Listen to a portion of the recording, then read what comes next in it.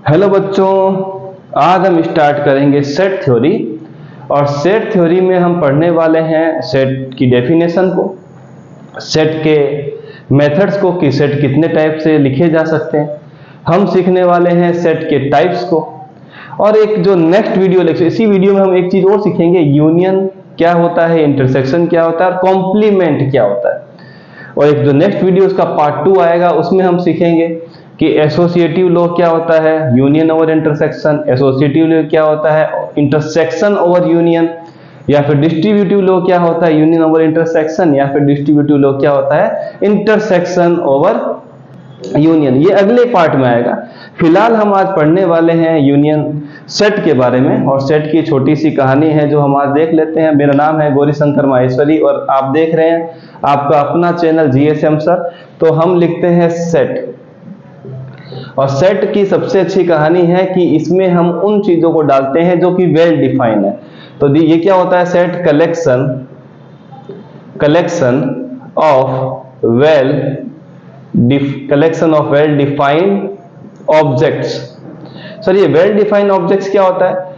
ऐसे ऑब्जेक्ट जिसको हम डिफाइन कर सकें। कैसे डिफाइन कर सकते हैं? पहले तो हम इसकी कहानी को ये लिख लेते हैं कि सेट को रिप्रेजेंट कैसे करते हैं। सेट को रिप्रेजेंट करते हैं कर्ली ब्रैकेट से। एक तो होता है छोटा ब्रैकेट, एक होता है बड़ा ब्रैकेट, एक होता है मिडिल ब्रैकेट। इसको हम बोलते हैं स्मॉल ब्रैकेट या फिर पैरेंथेसिस। ये होता है बड़ा ब्रैकेट, बिग ब्रैकेट या फिर स्क्वायर ब्रैकेट, और इसको बोलते हैं मिडिल ब्रैकेट या फिर कर्ली ब्रैकेट। तो हम लोग कर्ली ब्रैकेट में ही सारा काम करने वाले हैं। इसके अंदर जो भी आएगा वो सब क्या होगा, सेट होगा। इसको ही यूज करेंगे। इन दोनों को कभी भी आप यूज नहीं करने। कर्ली ब्रैकेट को बनाने का थोड़ा सा स्टाइल अजीब सा है, शायद आप ज्यादा से ज्यादा क्वेश्चन करेंगे तो ये स्टाइल आपकी जबरदस्त हो जाएगी। तो हम इसी में सेट की जो डेफिनेशन है, collection of well defined object. आप जब भी आप सेट के अंदर कोई भी चीज लिखेंगे, मतलब कर्ली ब्रैकेट के अंदर, तो वो सब क्या आएंगे, स्मॉल लेटर्स में आएंगे। इंग्लिश के स्मॉल लेटर्स में आपको ये सब लिखना है। और जब किसी सेट को रिप्रेजेंट करना हो तो वो क्या आएगा, कैपिटल लेटर में आएगा। कैपिटल लेटर में कैसे आएगा? जैसे मान लो मुझे एक सेट लिखना है जिसका नाम मैंने ए दिया, और मुझे इसके ऑब्जेक्ट लिखने हैं कौन से, जो कि वेल डिफाइन है, तो मैं उसे हरदम किस में लिखूंगा, स्मॉल में लिखूंगा। ब्रैकेट के अंदर वाले सारे स्मॉल लेटर, और इसके जो डिफाइन किया गया सेट है कोई भी नाम, उसको आप लिखेंगे बड़े नंबर से। तो आप ये चीज को कभी मिस ना करें। यहां पर कभी छोटा लिख दें, यहां बड़ा लिख दें तो सही नहीं है, वो गलत कहलाएगा। चलिए, तो सेट को रिप्रेजेंट करने के मेथड जो है हमारे पास कितने हैं, शायद ये बात तो आपको समझ में आ गई होगी कि सेट जो है क्या होता है, वेल डिफाइंड ऑब्जेक्ट का क्या होता है, कलेक्शन होता है। सेट को जो हम इक्वल के राइट हैंड साइड में, लेफ्ट हैंड साइड में हम किससे रिप्रेजेंट करते हैं, कैपिटल से। और इधर वाला जो आएगा हमारे पास कौन सा आएगा, स्मॉल लेटर में, किस में डाल के रखेंगे, कर्ली ब्रैकेट में। चलिए, इसके बाद मेथड्स की बात है तो हमारे पास दो मेथड आते हैं। एक होता है टेब्यूलर मेथड, और टेब्यूलर मेथड में ज्यादा कुछ परेशानी नहीं है। इसमें आप कोई भी सेट को अगर डिफाइन कर रहे हैं तो उसमें आपको सीधा ही नंबर लिखना है, इसमें कोई पेचीदगी नहीं है। आप नंबर लिख करके छोड़ दीजिए, सीधा ही नंबर लिखा, काम खत्म। पर अगर मैं वहीं पर सेट बिल्डर फॉर्म में जाता हूं, सेट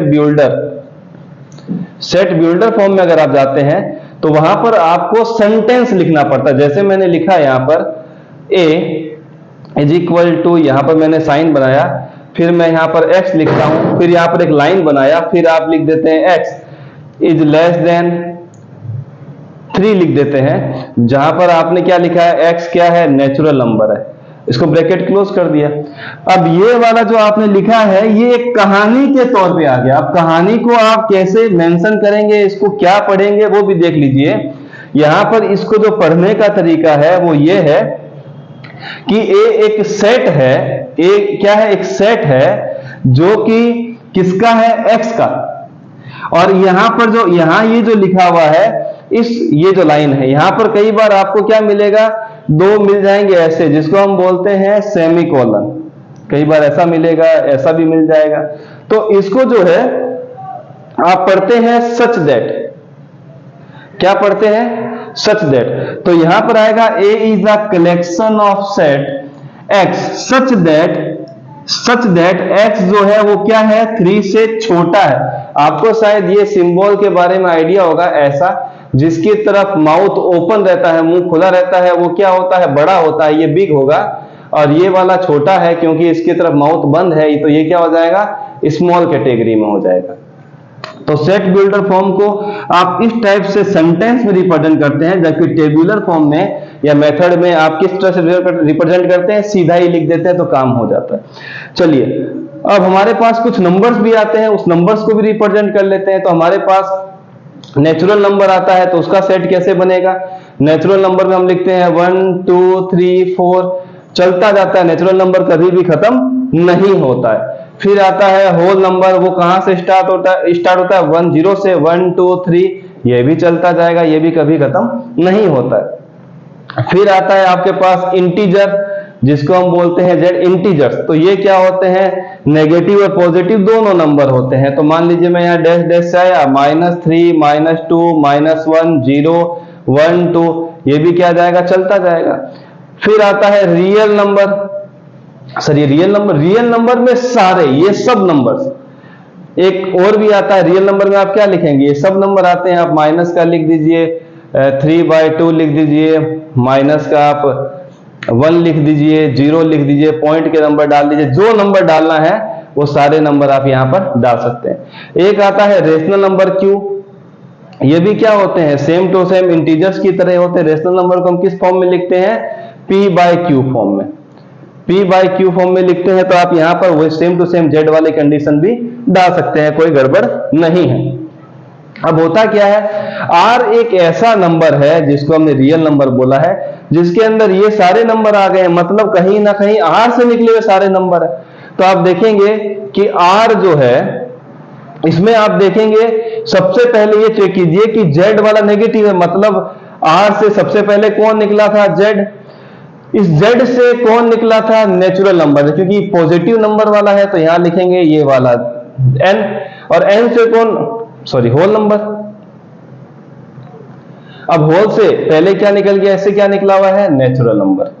तो कहानी ये है कि सर ये सब चीजें क्या होती है, इसको हम बोलते हैं सबसेट। सबसेट, अब ये सबसेट क्या होता है कि किसी सेट से कुछ नंबर निकल जाते हैं। कुछ नंबर अगर आप यूनिक नंबर ले लें पर्टिकुलर सेट से, तो उसको हम क्या बोलते हैं, सबसेट बोलते हैं। तो आप ध्यान रखें कि जो जिस नंबर से जो निकल रहा है उसको आप क्या करेंगे, आगे मेंशन करते रहेंगे कि r सबसे ज्यादा है, क्योंकि इसमें सब कुछ एक्स्ट्रा है, सबसे ज्यादा है। r से कौन निकला था, z से कौन निकला था, w से कौन निकला था, n। तो ये शायद टॉपिक क्लियर होगा, इसको एक बार नोट कर लीजिए, हम आगे चलते हैं। चलिए यहां के बाद हम आगे कंडीशन पे चलते हैं कि इसके टाइप्स को ले लिया जाए। ये वाली कहानी सबसेट वाली हमारे पास बहुत आने वाली है, तो इसको थोड़ा सा नोट करके रखें। अब हम आते हैं सबसेट, सॉरी टाइप्स पे आ जाते हैं। तो टाइप्स क्या क्या होते हैं हम उसको देख लेते हैं। सबसे पहला जो टाइप है वो है नल सेट।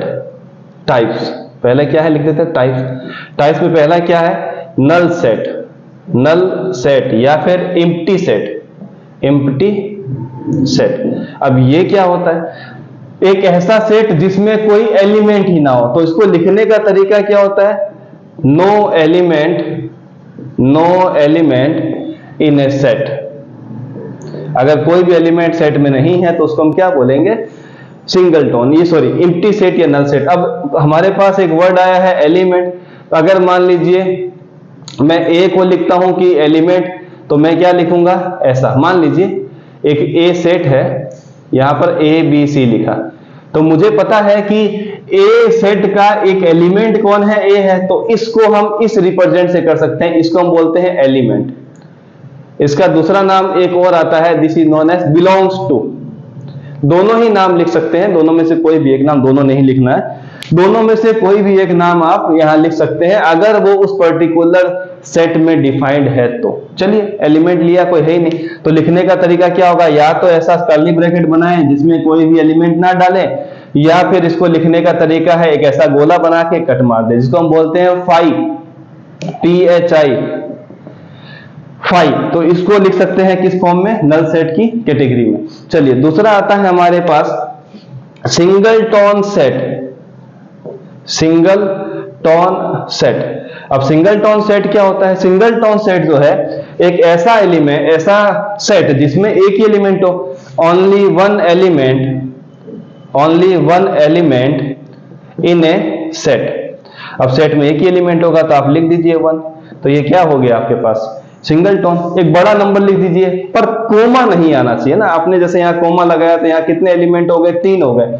बड़ा नाम लिख दीजिए, कोई दिक्कत नहीं है, पर क्या करेंगे आप? कोमा ना लगाएं। तो ये सब किस में आ जाता है? सिंगल टोन में। चलिए अब आते हैं तीसरे में, तीसरी कैटेगरी में आ जाते हैं। टाइप्स की तीसरी कैटेगरी जो है वो बताती है फाइनाइट सेट। फाइनाइट सेट क्या होती है? जिसमें एलिमेंट जो हैं वो फाइनाइट होते हैं। इफ नंबर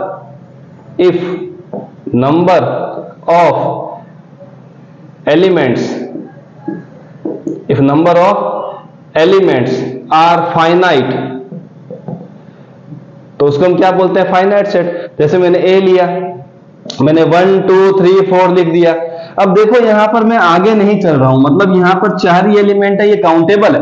काउंटेबल अगर ऑब्जेक्ट या एलिमेंट्स आ जाए तो उसको हम बोलते हैं फाइनाइट सेट। चौथा नंबर है इनफाइनाइट सेट, जिसमें क्या हो? सेट नंबर ऑफ क्या होता है? If number of elements are infinite, मतलब लिमिट ही ना हो। जैसे मैं लिखता हूं बी, किसके बराबर आएगा? 1 2 3 डैश डैश डैश कर दिया। क्या यहां पर आप 3 के बाद बता सकते हैं कितने एलिमेंट हैं? काउंटेबल ही नहीं है, तो किस में आ जाएगा वो? इनफाइनाइट सेट में। चलिए चौथे के बाद हम 5वें नंबर पे आ जाते हैं। 5वां नंबर जो है हमारे पास आएगा, 5वां नंबर इक्वल सेट। 5वां नंबर आएगा हमारे पास इक्वल सेट। इक्वल सेट क्या होता है? कि ऐसे दो सेट जिनमें आपके पास एलिमेंट्स क्या हो? सेम हो। इफ एलिमेंट्स आर सेम या फिर इक्वल इन बोथ सेट्स। तो जैसे मान लो मैंने ए लिया है 1 2 3 4 और बी में मैंने ले लिया है 4 3 1 2। तो आप चेक करेंगे तो जो ए में एलिमेंट है जितने आपके पास जैसे हैं वैसे ही आपको कहां दिख रहे हैं? बी में दिख रहे हैं। तो ये सब किस में आ जाते हैं? इक्वल सेट में। तो ए इक्वल टू क्या कर देंगे? बी कर देंगे। अब नेक्स्ट आता है हमारे पास इक्विवेलेंट। नेक्स्ट आता एक जैसे होने चाहिए, है ना। यहां पर 1 2 3 4 लिखा है, यहां पर ABCD लिख देंगे तो वो एक जैसे नहीं है, मतलब एक जैसे ही चाहिए। चलिए अच्छा है। अब हम आते हैं नेक्स्ट टॉपिक पे, इसी में टाइप्स में इक्विवेलेंट। 6 number equivalent set. अब इसमें क्या होता है कि जो नंबर ऑफ एलिमेंट्स होते हैं वो इक्वल होना चाहिए। If number of elements are equal in both sets. अगर दो सेट्स में नंबर ऑफ एलिमेंट्स क्या हो जाए? इक्वल हो जाए। जैसे मैंने ए लिया है यहां पर 1 2 और 3 और बी में मैंने ले लिया है ABC। बी में मैं क्या ले लेता हूं? A B and C। तो आप अगर चेक करेंगे यहां पर गौर से तो A में कितने हैं नंबर ऑफ एलिमेंट? 3 और B में कितने हैं? 3। तो यहां पर आप लिखने का तरीका कैसे होता है? NA कितना आ गया आपके पास? 3 आ गया। और NB भी कितना आ गया? 3 आ गया। तो इक्विवेलेंट लिखने का 2 तरीका है, या तो 3 लाइनें खींच दीजिए या फिर 2 लाइन खींच के एक S को ऐसे लेटा दीजिए, ऐसे, और यहां पर लिख दीजिए B। तो ये किसका सिंबल आता है? इक्विवेलेंट का। इक्विवेलेंट में आपको नंबर ऑफ एलिमेंट्स कैसे मिलने चाहिए? इक्वल होने चाहिए। अगर नंबर ऑफ एलिमेंट्स इक्वल है तो ठीक है, और नहीं हो तो फिर आपको इक्विवेलेंट सेट कैटेगरी में वो नहीं आता है। चलिए इसके बाद नेक्स्ट पे आते हैं। और नेक्स्ट में हम आएंगे तो प्रॉपर सेट सबसेट की कैटेगरी आ जाती है, थोड़ा उसको देख लेते हैं। अब प्रॉपर सेट सबसेट, पहले हम आ जाते हैं सबसेट पे, नंबर्स प्रॉपर सबसेट में आ जाते हैं, सॉरी सबसेट पे जब आते हैं तो सबसेट क्या होता है कि अगर कोई एलिमेंट दूसरे वाले एलिमेंट से कहीं ना कहीं जुड़ा हुआ हो, जैसे मैंने लिख दिया a इज इक्वल टू, यहां पर लिखता हूं मैं 1 और मैं b लिखता हूं यहां पर 1 2 और 3, तो आप गौर से ये देखेंगे तो कहीं ना कहीं a में जो एलिमेंट है वो b से निकला हुआ दिख रहा है, मतलब b वाला हिस्सा बड़ा है a वाले उससे निकले हुए हैं, तो आप क्या लिखेंगे, a जो है किसका सबसेट हो गया, b का, a is subset of b, subset of b। तो लिखने का तरीका ऐसा है कि जो भी जिससे निकलता है उसको पहले उसका मुंह जो खुला हुआ है, मुंह खुला मतलब बड़ा है, b वाला हिस्सा बड़ा दिख रहा है, इसीलिए a के पास में मुंह बंद और b के सामने मुंह खुला हुआ रख देना है। तो ये वाली जो है किसकी कैटेगरी आ गई, सबसेट की। इसी में दूसरा आता है एक प्रॉपर सबसेट, प्रॉपर सबसेट आता है, और एक आता है इम्प्रॉपर सबसेट, इम्प्रॉपर सबसेट। अब ये क्या होता है, प्रॉपर सबसेट में तो क्या होता है कि वो चीजें आपको एक जैसी नहीं मिलेगी, है ना, और प्रॉपर सबसेट में क्या, जैसे ये वाली कंडीशन जो है वही वाली कंडीशन यहां पर भी आ जाती है, पर यहां पर आप नीचे करके करेंगे, इसका मतलब ये होता है कि ये वाला एलिमेंट जो है बी से, ए वाला जो है किससे निकला हुआ, बी से निकला हुआ जरूर है पर वो उसके इक्वल नहीं हो सकता। और यहां पर क्या होता है कि ए से निकला हुआ एलिमेंट, सॉरी बी से निकला हुआ जो भी एलिमेंट है वो ए के साथ तो है, पर ये दोनों आपस में कैसे हो सकते हैं, इक्वल भी हो सकते हैं। तो ये इसमें कहानी ये आती है कि ए सबसेट है बी का और बी सबसेट है ए का, इसका मतलब ये कैटेगरी यहां पर आती है जब हम क्या बात कर रहे हो, इम्प्रॉपर सबसेट की बात कर रहे हैं। तो प्रॉपर सबसेट में ए सबसेट बी हो सकता है पर इक्वल नहीं हो सकता, पर इम्प्रॉपर में ये कंडीशंस वैलिड है कि वो इक्वल भी हो सकते हैं। चलिए नेक्स्ट पे चलते हैं। यहां पर शायद आपने नोट कर लिया होगा, अब हम आगे चलते हैं और आगे जो अपने पास टॉपिक है वो है पावर सेट का। कौन सा सेट है, पावर सेट। पावर सेट को कैसे मेंशन करते हैं वो भी देख लेते हैं थोड़ा। Power set, power set, power set को हम कैसे रिप्रेजेंट करते हैं, मान लीजिए मैंने एक एलिमेंट ए सेट लिया है जिसमें मैंने लिया है 1 2 और 3। अब मुझे इसका पावर सेट बनाना है, तो पावर सेट कैसे बनता है वो देखिए, सबसे पहले आपको एम्प्टी सेट लेना पड़ता है, कोमा, फिर आपको सिंगलटन सेट लेना पड़ता है, 1 का भी लिया, 2 का भी ले लेते हैं और 3 का भी ले लेते हैं। उसके बाद दो दो एलिमेंट का ग्रुप बनाइए, 1 और 2, फिर आप क्या लेंगे 1 और 3, फिर आप क्या लेंगे 2 एंड 3, फिर लास्ट में क्या ले लेंगे, जो खुद सेट है वही क्या बन जाता है, सबसेट बन जाता है। मतलब पावर सेट का मतलब ये है कि इससे कितने सबसेट बनाए जा सकते हैं, उन सबसेट को हम क्या बोलते हैं, पावर सेट। टोटल सबसेट को जो हम ज्वाइंट कर लेते हैं, मिक्स करते हैं, तो क्या बन जाता है, पावर सेट। तो यहाँ कितने बन गए, 1 2 3 4 5 6 7 8। 8 ही क्यों बने, क्योंकि इसका एक फॉर्मूला आता है 2 की पावर n का। तो यह नंबर ऑफ एलिमेंट कितने हैं, 3 हैं, तो 2 की पावर कितना आएगा, 3, कितना बनेगा 8। तो हमारे पास कितने पावर सेट आ गए, टोटल 8 आ गए। लिखने का ये तरीका है कि पहले एम्प्टी सेट लिखें या 5 लिख दें, कोई भी लिख दें, फिर सिंगल टोन, फिर ऐसे लिखें जैसे आपने 1 2 लिखा है तो 2 1 नहीं लिखें। गलत वही होगा कि एक नंबर की सीक्वेंस जो आप लेते हैं उसको फिर से रिवर्स करके ना लिखें, क्योंकि वो ऑलरेडी ले चुके हैं। अगर आप यहाँ पर 1 2 लिखते हैं और यहाँ पर 2 1 लिखते हैं तो दोनों एक ही हैं, ये अलग अलग नहीं होते हैं, ये ज़्यादा ध्यान रखें।